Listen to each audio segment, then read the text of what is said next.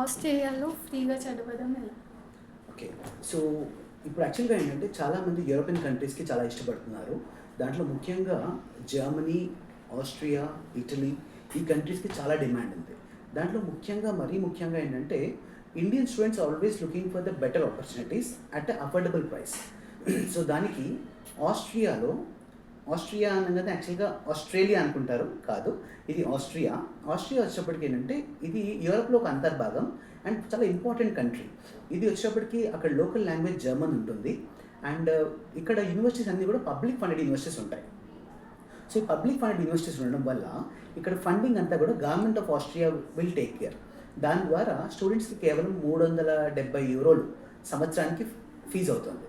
అంటే €370 అంటే మన ఇండియన్ కరెన్సీలో దాదాపు ఒక ₹35,000 is the tuition fee whatever student needs to pay there. So, ఇంత తక్కువ ఉన్న ఫీజులో మరి క్వాలిటీ ఎడ్యుకేషన్ కాంప్రమైజ్ అవుతుందా? కానే కాదు.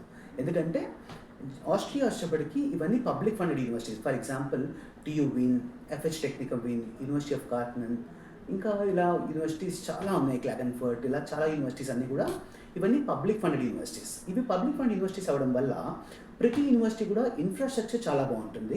అంటే విచ్ ఇస్ యాక్చువల్లీ స్టూడెంట్స్ చదువుకునేటప్పుడు వాళ్ళకి ల్యాబొరేటరీస్ కానివ్వండి, అక్కడ ప్రాక్టికల్ ఎక్స్పోజర్ కూడా చాలా బాగుంటుంది.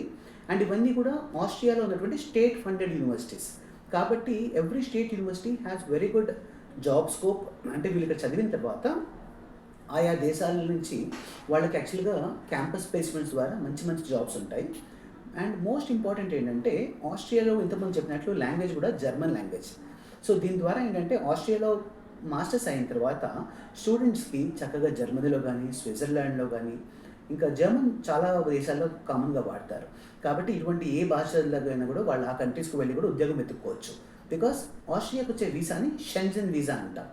ఈ షెంజెన్ వీసా యొక్క ప్రాముఖ్యత ఏంటంటే 27 కంట్రీస్‌కి కామన్ వీసా అవ్వడం వల్ల చక్కగా మన వాళ్ళు ఎక్కడైనా కూడా అక్కడ షిఫ్ట్ అయ్యి అక్కడ హ్యాపీగా వాళ్ళు జాబ్ పొందడానికి మంచి అవకాశాలు ఉంటాయి. సో, ఇటువంటి ఫ్రీ ఎడ్యుకేషన్ ఈ పబ్లిక్ ఫండెడ్ యూనివర్సిటీస్ ఇంత టాప్ ఎడ్యుకేషన్ ప్రొవైడ్ చేసే కంట్రీలో ఆబ్వియస్లీ కాంపిటీషన్ అయితే ఉంటుంది.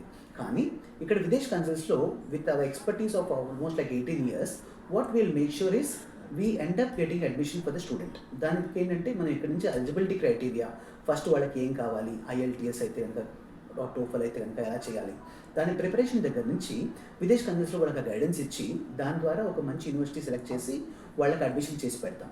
సో, దీని ద్వారా ఎప్పుడైతే పబ్లిక్ ఫండ్ యూనివర్సిటీ అడ్మిషన్ వస్తుందో వీసా అనేది యాక్చువల్‌గా ఇది చూడడానికి చాలా లెబోరియస్ process. But nothing to worry. Videsh consults is going to help the student in every single step of the visa application, which is right from helping the student with getting accommodation contract, ఆ తర్వాత funding ఎలా చూపించాలి, తర్వాత వాళ్ళకి visa కావాల్సిన documentation ఎలా చేయాలి. And Austria వీసాకి ఏంటంటే ఒక 2 స్టెప్స్ ఆఫ్ అప్లికేషన్ ఉంటుంది. ఫస్ట్ మనకేంటంటే ఆ దేశంలో రెసిడెన్స్ పర్మిట్ అప్లై చేయాలి. ఆ తర్వాత జనరల్‌గా ఇండియా నుంచి మనం వీసా అప్లై చేయాలి. ఈ 2 ప్రాసెస్‌లో కూడా Videsh consults will hold your hand to make sure you get it. So, దీని ద్వారా ఏంటంటే మీరు ఎప్పుడైతే ఇక్కడ మాస్టర్స్ చదువుతారో ఆ తర్వాత మీకు పోస్ట్ స్టడీ వర్క్‌లో కూడా you have like 18 months of job search visa. So, ఎప్పుడైతే జాబ్ సెర్చ్ వీసాలో కూడా almost like Austria has 97% employability rate in all the public universities. So, obviously ఇంత మంచి టాప్ యూనివర్సిటీస్‌లో చదవడం వల్ల మీకు ఎంప్లాయబిలిటీ ఆప్షన్స్ బాగుంటుంది.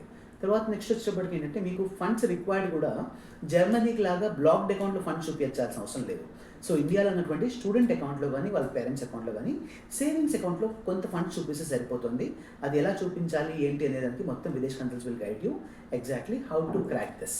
సో, ఫర్ ఫర్దర్ ఇన్ఫర్మేషన్ మీరు ఇప్పుడు స్క్రోలింగ్‌లో ఉన్న నెంబర్స్ కాంటాక్ట్ చేస్తే our team will definitely help you to secure good admissions at the best universities of Austria and with the very fast పేస్‌లో.